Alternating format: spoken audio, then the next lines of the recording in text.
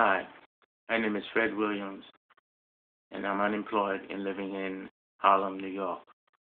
I'm reading from the declaration of Lieutenant Colonel Darrell Vanderveld, former lead prosecutor in the military commission case of Guantanamo detainee Mohammed Jawad.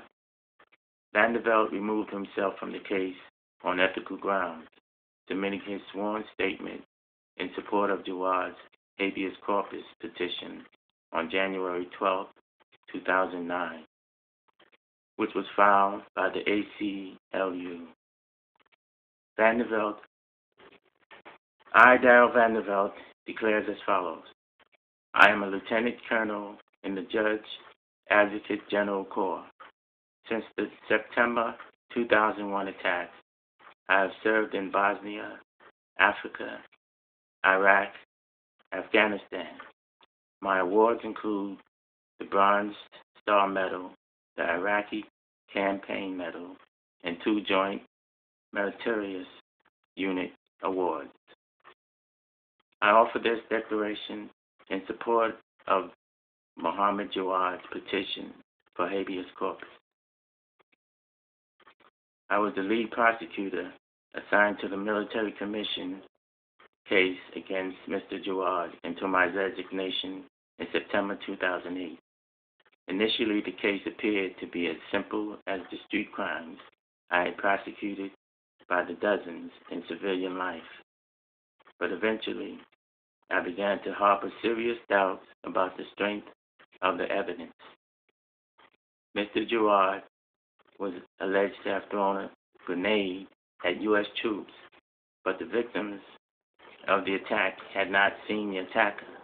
At least 3 other Afghans had been arrested for the crime and had subsequently confessed, casting considerable doubt on the claims that Mr. Jawad was solely responsible for the attack.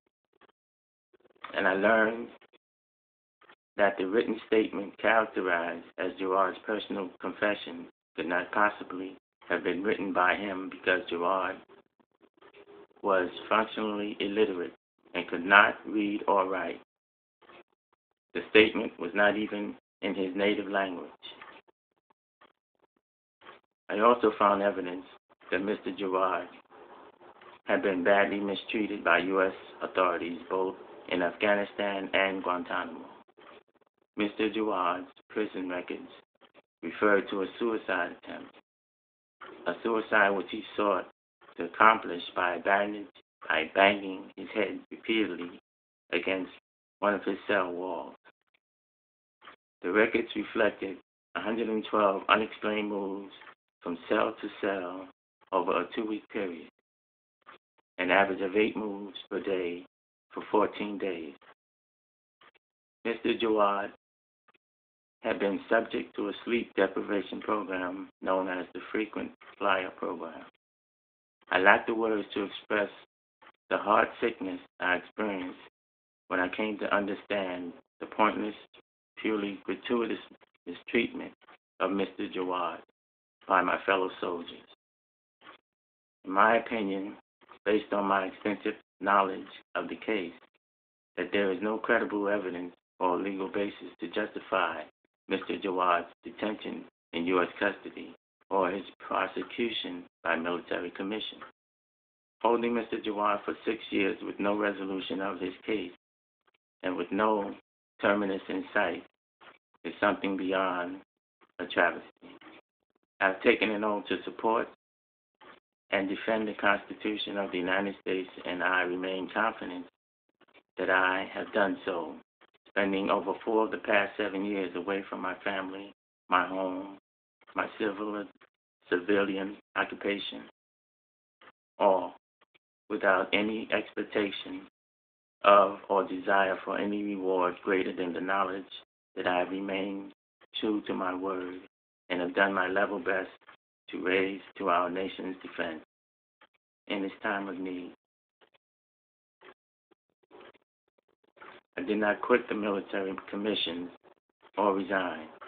Instead, I personally petitioned the Army's Judge Advocate General to allow me to serve the remaining 6 months of my 2-year voluntary obligation in Afghanistan or Iraq. In the exercise of this wisdom and discretion, he permitted me to be released from active duty.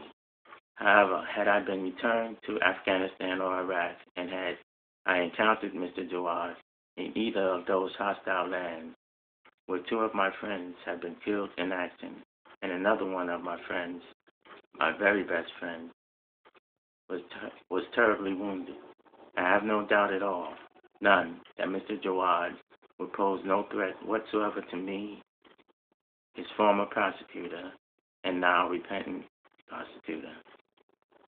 6 years is long enough for a boy of 16 to serve in virtual solitary confinement in a distant land for reasons he may never fully understand. Mr. Jawad should be released to resume his life in a civil society for his sake and for our own sense of justice, and perhaps to restore a measure of our basic humanity. Thank you.